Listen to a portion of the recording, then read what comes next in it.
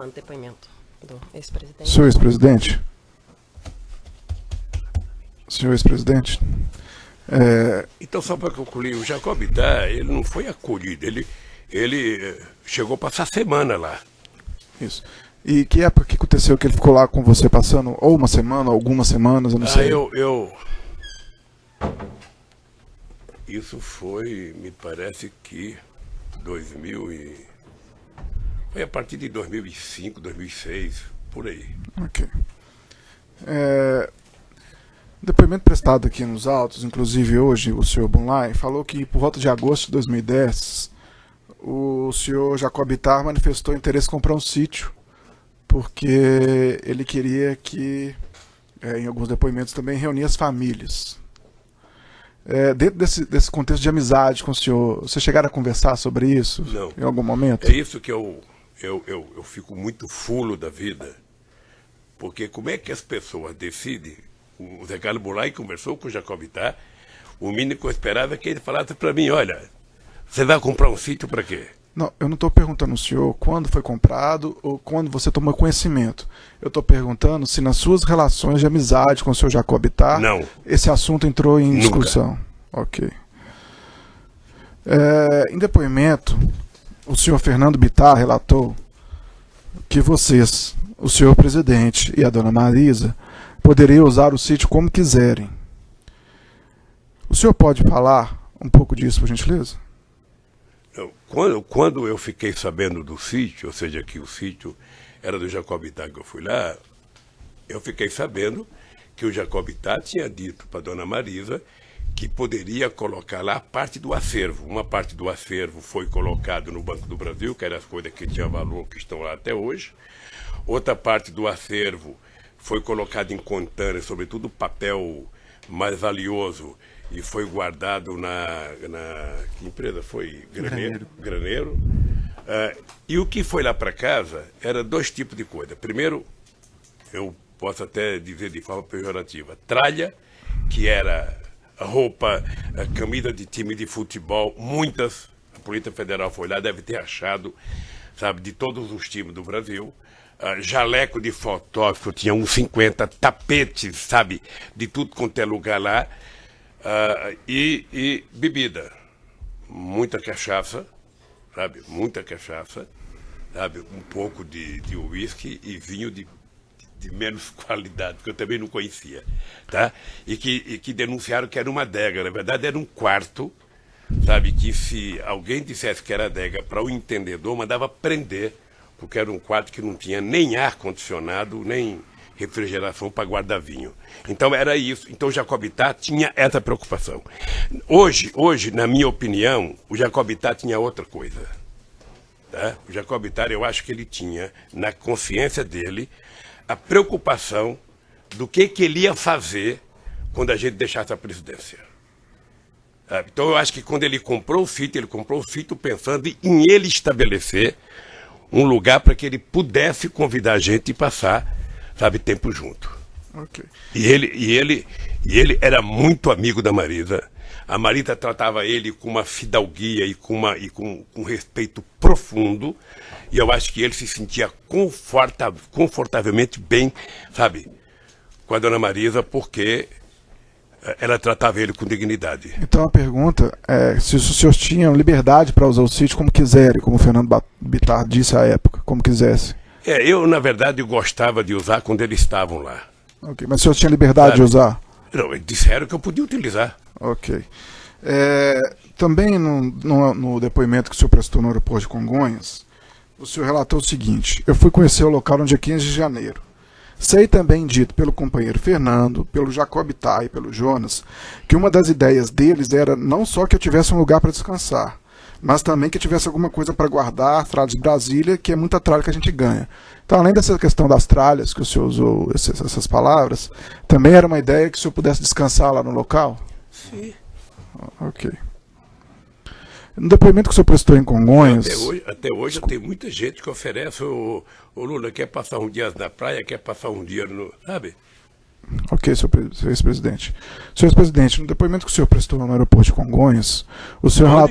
No aeroporto de Congonhas... Na condução coercitiva, que foi declarado depois que o fato está validado, né, doutor? O Supremo deu eficácia para frente, né, doutor? Discussão a ser feita. Não é discussão, porque o acordo da STF foi explícito nesse sentido. Mas eu posso prosseguir com minhas perguntas. Senhor ex-presidente, no depoimento que o senhor prestou no aeroporto de Congonhas, o senhor relatou que era uma sacanagem da imprensa sobre a divulgação do sítio, porque aquilo era sigiloso, aquilo era segredo. O que o senhor quis dizer com isso? Eu quero dizer que é o seguinte, que um presidente da República, que deixou a presidência da República com 87% de bom e ótimo, não tinha o direito de colocar o pé numa praia, não tinha o direito de colocar um pé no hotel, não tinha o direito de chegar no aeroporto. Sabe? Não tem, se um dia você ficar famoso, você vai perceber o quanto é difícil. Quanto é difícil. Você, na verdade, fica prisioneiro. Tá? Prisioneiro. Tanto que eles sabiam que o lugar que eu me sentia mais confortável era ou no Torto ou no Alvorada. Porque lá eu tinha segurança de que ninguém estava bisbilhotando, sabe, a presidência da República. Tá? É por isso, sabe, que era importante que tivesse isso. Tudo bem, senhor ex-presidente. Senhor ex-presidente, qual é a frequência de utilização do sítio de Atibaia por você e por Dona Marisa? Ah, não sei, querido, não sei. Mas uma média. Se eu estivesse viajando, sabe, eu ia menos, se eu não estivesse viajando, eu ia mais, e depender de quanto que o Jacó poderia ir. Tá. Senhor ex-presidente, o senhor tinha intenção de comprar o sítio? Eu, na verdade, pensei em comprar o sítio para agradar a Dona Marisa em 2016. Eu tive pensando, porque se eu quisesse comprar o sítio, eu tinha dinheiro para comprar o sítio. Acontece que o Jacobitá não pensava em vender o sítio. Ok. O Jacobitá tem aquilo como patrimônio.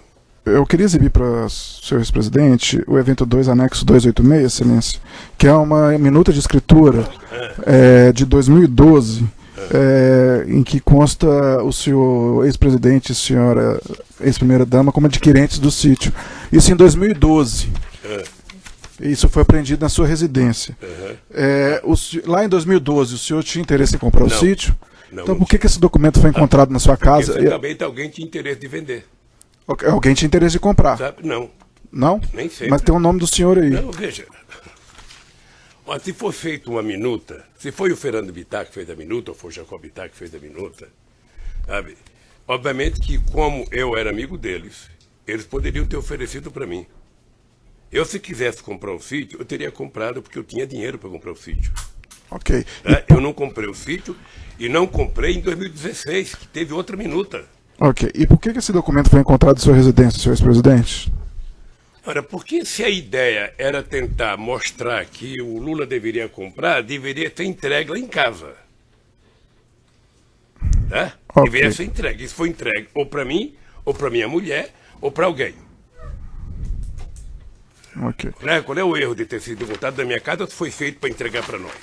Senhor ex-presidente, Se tivesse a casa do vizinho, que era complicado. o senhor Emílio, em depoimento prestado nessa ação penal, relatou que tinha muito apreço pelo senhor. Quem? O senhor Emílio Odebrecht.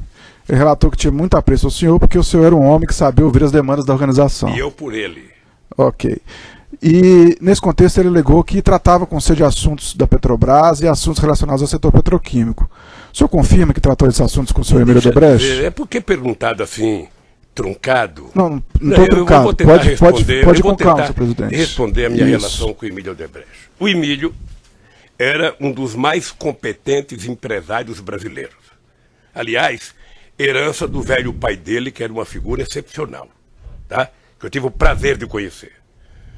Tá? A minha relação com o Emílio era uma relação de um homem preocupado não apenas com o desenvolvimento do Brasil, mas preocupado com o desenvolvimento da economia brasileira em relação ao mundo. O Emílio Odebrecht tinha relação. Quando eu fui candidato em 89, eu já viajava para a América Latina. Só tinha 2 embaixadores do Brasil no exterior, na verdade. Um era o representante do Banco do Brasil, que tinha em quase todo lugar, e o outro um representante da Odebrecht. Onde fizesse reunião, tinha lá o cara, ô, seu Lula, eu sou representante da Odebrecht. Tá? Então a Odebrecht, ela tinha muita representação na América Latina, e ela tinha muita representação na África. Até porque foi a única empresa que trabalhava em Angola no tempo da Guerra Civil. Ela atendia tanto os interesses do Zé Eduardo, que ganhou a Guerra Civil, quanto do líder da oposição, sabe? Eles conseguiam conviver. Bom, com base nisso, eu tinha uma relação com o Emílio, uma relação profissional, republicana, decente, digna e respeitosa.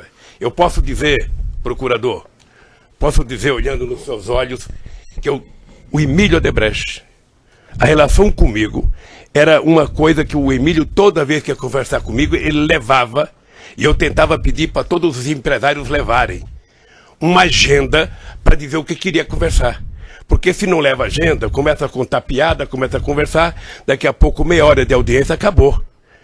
E o Emílio sempre discutiu comigo interesses desse país, interesse da indústria nacional, interesse de política de inovação, interesse de política de investimento do Brasil no exterior.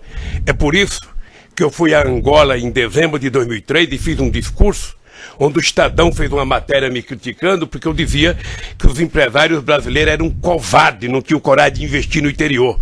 Porque o investimento do Brasil no exterior era fincar a bandeira nacional em qualquer país, como fez o Canadá no Brasil no começo do século passado, como fez a Inglaterra no Brasil no começo do século passado, como fez os Estados Unidos, construindo ferrovia hidrelétrica, e eu acho que o Brasil tinha obrigação, e isso eu discutia com o Emílio, discutia com outros empresários, o setor do álcool. Eu passei um tempo tentando convencer o setor sucroalcooleiro a utilizar a África para vender etanol para a Europa.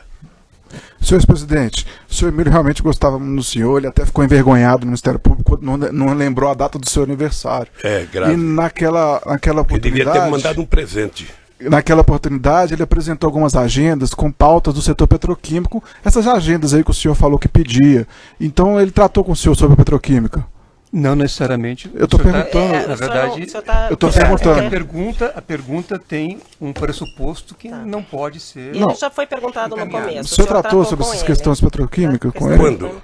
Nessas várias audiências que o senhor teve. Em vários momentos a gente discutia indústria química, petroquímica, óleo, gás. Ótimo. Isso é discutido com todos os empresários. Tudo bem, senhor presidente. Aliás, discutia muito com a Abdib, que era a empresa, e com o Sindicato das Indústrias Pesadas no Brasil. Senhor ex-presidente, posso continuar a perguntar? Pode. Tudo bem. Se o senhor te interromper, se o senhor quiser falar, o senhor pode pode pedir uma falar. parte. Senhor ex-presidente, o Paulo Gordilho, da OAS, ele relatou também que o Léo Pinheiro gostava muito do senhor e que o senhor tinha ajudado bastante a empresa OAS e que você foi muito importante para o Léo Pinheiro. Como é que foi isso? Deixa eu dizer, sem nenhuma falsa modéstia, todos os empresários deveriam gostar muito de mim. Não, o senhor Léo Pinheiro gostava muito do senhor. Deveriam o Paulo gostar. Gordilho Eu falou. nunca tive coragem de perguntar se eles tinham votado em mim alguma vez, porque acho que nenhum votou em mim. Porque para votar tinha uma questão de pele. E aí o Lula já não cabe mais. Mas todos me tratavam com respeito, todos. Do maior produtor de açúcar e álcool desse país, a maior construtor civil, ao maior banco do Brasil, os bancos, todos me tratavam com muito respeito, porque eles viveram no meu governo o momento de ouro desse país. O Brasil nunca teve tanta credibilidade no exterior, nunca foi tão orgulhoso ter passaporte brasileiro no exterior, nunca se gerou tanto emprego. Eu agora fico com pena quando eu vejo, tem brasileiro indo para Portugal para procurar emprego, tem brasileiro... No meu tempo de governo, as pessoas voltavam de Portugal, voltavam do Japão para trabalhar aqui no Brasil. De tanto emprego que a gente gerou, 20 milhões de empregos. Então, todos eles. A OAS saiu de menos de 20 mil empregados para não sei quantos milhares de empregos. A Odebrecht saiu de não sei quanto para quase 200 e pouco mil empregados. A Petrobras saiu de 30 para 80. Então, todos, na verdade, todos eles deveriam, me agradecer pelo período que o Brasil viveu no meu governo. Então, gostar de mim, eu não diria que é obrigação. Okay, mas é um dever presidente. deles. E aí o seu Léo Pinheiro falou, olha, o Lula foi muito importante para a OAS, ele nos ajudou. Como que foi isso, senhor presidente? Não, porque a quantidade de obras. Só, procurador, quando eu cheguei na presidência da República, esse país era tratado como se fosse uma republiqueta de bananas. Eu lembro de uma briga que eu tive quando o presidente do BNDES e o presidente da Petrobras diziam que esse país não tinha capacidade de produzir navios. Em relação a essa especificamente? Hein? Em relação Não, à não, empresa é que sabe o que acontece? Não tem uma relação de ajudar um. Foi ajudada a economia brasileira. O senhor lembra que nós terminamos o meu mandato crescendo a 7,5%. O comércio varejista chegou a quase 14%. Nunca os pobres foram. Sabe, até nesses shoppings aqui de Curitiba, dos ricos, os pobres passaram a frequentar. O pobre não queria mais ir em feira popular, queria ir no lugar que o pobre tem direito de ir. E esse país virou outro país. Então não é nada específico à OAS, A todas as empresas, todas elas. O Léo Pinheiro gostava Pode do pensar. senhor, como todos os empresários Agora deveriam todos gostar. deviam. Eu acho que todos me respeitavam profundamente e eu os respeitava profundamente. Ok, senhor presidente. E duvido ainda, procurador, duvido, para terminar, eu duvido que você encontre um empresário, mesmo esse da Van que ajudou o Collor agora com o Zap, se esse cara um dia foi procurado pelo Lula para pedir 5 centavos. Porque a relação de respeito que eu adquiri com eles e que impunha a eles não admitia que qualquer empresário conversasse comigo sobre 5 centavos. E não admitia quem frequentasse a minha casa discutir negócio, sabe, de governo. Governo eu discutia até a meia-noite dentro do palácio. Quando eu ia para casa cuidar da minha família. Senhor presidente, o Bunlai, no depoimento que foi aproveitado nesses autos, ele alegou que efetuou um empréstimo no Banco Chaim e isso estava causando vários problemas para ele, que ele estava impossibilitado de operar com bancos, estava incluído no CADIM. Ele chegou a confidenciar isso com o senhor? Eu vi a denúncia pelos jornais. E o Bunlai conversava? Somente ele é que sabe se ele pegou dinheiro com quem quer que seja com o Chaim, com o Itaú. Tá? E esses problemas pessoais que ele teve com esse empréstimo? Hein? Esses problemas pessoais que ele teve com o empréstimo? Eu não sei qual é o problema pessoal que ele Ele teve. não comentou com o senhor. Hein? Ele não comentou com o senhor esses também não problemas. sei. Ok. Ele sabia que era proibido discutir qualquer assunto que não fosse a relação familiar.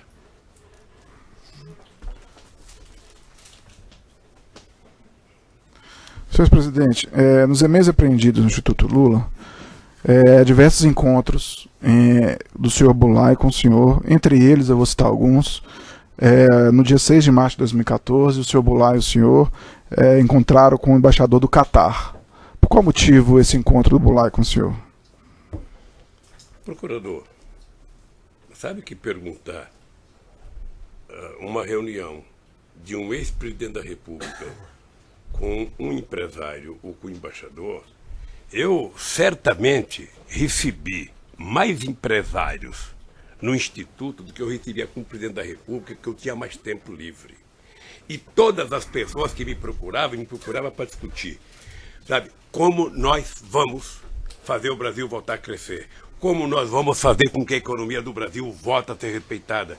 Olha, se alguém trouxe alguém do Catar, eu não sei se foi para discutir o assunto de Olimpíadas ou de futebol, mas eu não sei se teve o embaixador do Catar comigo. Se tiver na minha agenda, deve ter tido alguma razão.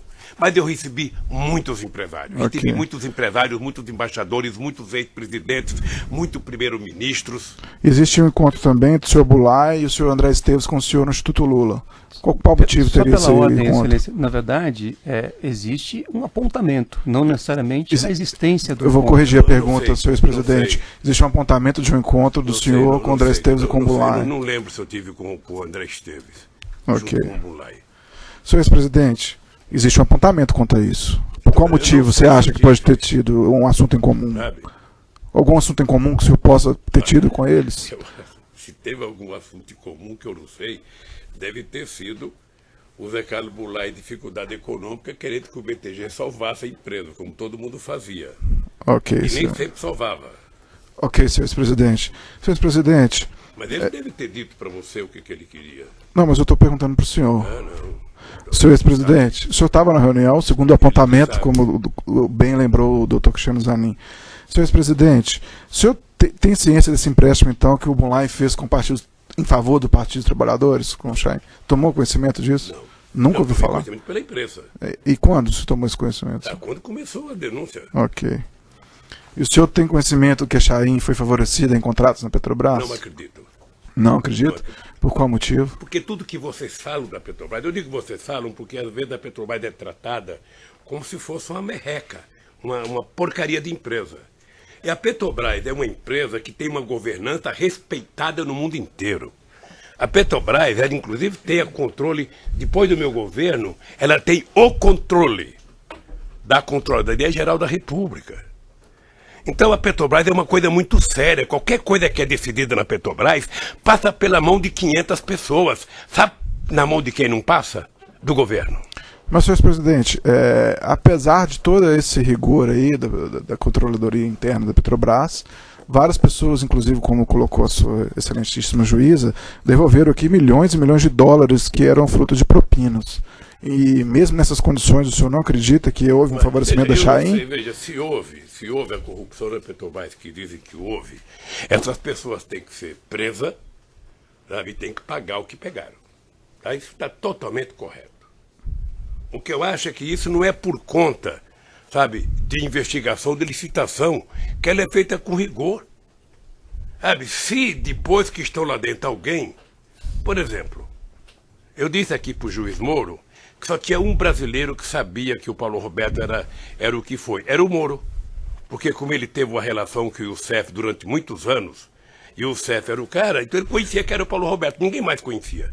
Só se sabia que ele era um funcionário de 30 anos de carreira. Então, se alguém, depois que entrou, virou ladrão, ou se alguém, sabe, participou de uma licitação honesta e ganhou, e depois resolveu, daquele problema, pagar a propina, eu, sinceramente, a palavra propina também é uma coisa nova no dicionário brasileiro, porque eu acho que teve muita gente, é opinião minha, fazendo evasão fiscal e depois encontrou muito mais cômodo achar um culpado, que era a tese da concussão. Arruma um culpado, joga em cima dele e livra a sua cara. E o senhor tomou conhecimento como foi quitado esse empréstimo do Bunlai com o Chaim? O senhor tomou conhecimento? Não, porque o Bunlai não tinha que prestar conta para mim. Tá, mas o senhor não tomou Prestar conhecimento. conta para a Receita Federal. Ok. Senhor presidente, o senhor tomou conhecimento que o Bunlai efetuou as obras no sítio, no Atibaia? Não, Não tomou, em nenhum momento? não. Nenhum momento? Não, não. Já perguntou, já respondeu. Em nenhum momento o senhor indagou quando você teve encontro com ele sobre o custo dessas obras? Em nenhum momento, quando o senhor encontrou com ele, o senhor indagou sobre o custo de obras? Não. Não, porque não era, o sítio não era meu, eu não tinha obrigação de Ok. perguntar e de saber. Senhor presidente, nos e-mails apreendidos no Instituto Lula, há registro de encontros com o senhor com Bunlai em 2011, em 16 de janeiro de 2012, em 29 de março de 2012, em 12 de junho de 2012, em 3 de julho de 2012, Que e é 28 registros de apontamentos de encontros entre o senhor e o Bunlai no Instituto Lula. 2012, 28 de agosto de 2012, 3 de setembro de 2012, 19 de dezembro de 2012, 6 de março de 2014. Nesses diversos encontros, o senhor nunca indagou ele sobre essas obras que ele fez no sítio? A minha relação de amizade com o Bunlai não permitia Não permitia. que eu desse a ele qualquer ousadia de falar qualquer coisa de dinheiro comigo. Ok, senhor Então, se o Zé presidente. Carlos Bunlai fosse ao Instituto, o Zé Carlos Bunlai era aposentado, morava em São Paulo e poderia ir no Instituto quantas vezes ele quisesse. Ok. Senhor presidente, o senhor falou que a imprensa, depois que a imprensa divulgou isso, o senhor tomou conhecimento, não foi isso? Foi. E na divulgação da imprensa está lá a questão do Bunlai, que tinha feito as obras para o senhor. Depois dessa divulgação, o senhor não perguntou para ele sobre isso, não quis pagar por essas obras? Não perguntei porque o sítio tem dono. O dono do sítio chama-se Fernando Bittar. E o senhor perguntou para o Fernando Bittar? É que vocês começaram dizendo que era meu sítio. Eu estranhei agora a doutora juíza dizer que... Eu estranhei porque eu passei 4 anos eu também apanhando, porque o estranhei, sítio era senhor meu. presidente, porque- E agora o sítio desapareceu. Eu também estranhei, senhor presidente, porque a denúncia está lá há muito tempo, a sua defesa poderia ter te explicado Sabe? isso. Não, Se ela não fez, não, infelizmente não é um papel do Ministério Público. O Ministério Público Está dizendo ressalva até que a questão na da propriedade denúncia- da empresa ainda está sendo investigada, não tem isso? É na essa denúncia? ressalva. Então o Ministério A questão Público que da- fez a está, na questão verdade, da propriedade Mas da da empresa. mesma sua coisa. acusação. Tá, é dito, mas não é essa acusação. Não, a é mesma essa coisa acusação. aconteceu, procurador, a acusação mesma é coisa lavagem de aconteceu, dinheiro nas veja, reformas. a mesma coisa aconteceu, eu tô há muitos Senhor anos, presidente, se você não tiver satisfeito não tem, com- pera um pouquinho, não tem nenhum ser humano nesse país que tenha apanhado mais da imprensa do que eu por mentiras contadas a meu respeito. E eu, com 73 anos, faço um esforço muito grande de não perder o humor, de não deixar que o ódio tome conta de mim, porque eu acredito que nós vamos ainda, neste país, provar quem está com a verdade e quem está mentindo. Então, eu passei, sabe, um monte de tempo, sabe? O Lula é dono de uma chácara. Eu falava, não sou, gente, o Lula é dono, eu não sou. Agora, nem da chácara me perguntaram mais, porque não é minha. Foram perguntar de uma obra de uma chácara que não é minha. A mesma coisa aconteceu, procurador, você sabe disso, do apartamento. Eu passei 5 anos dentro do apartamento, não é meu, não é meu, não é meu. Aí o que aconteceu com o apartamento? O Moro dá um julgamento aqui. Eu sou acusado por fato indeterminado. O apartamento não tem que a Petrobras, mas eu estou no Lava Jato. E foi colocado na Lava Jato pelo Ministério Público só para me trazer para cá. Senhor presidente, eu posso fazer o questionamento? O senhor deveria aguardar a resposta dele. Ele está fugindo ao tema, doutor. Ele está fugindo ao tema, doutor. É só isso, é só isso. Compreenda que, embora eu tenha um casco duro, eu respeito o senhor presidente. Se uma bala pega no mesmo lugar, muitas vezes machuca. E eu estou cansado.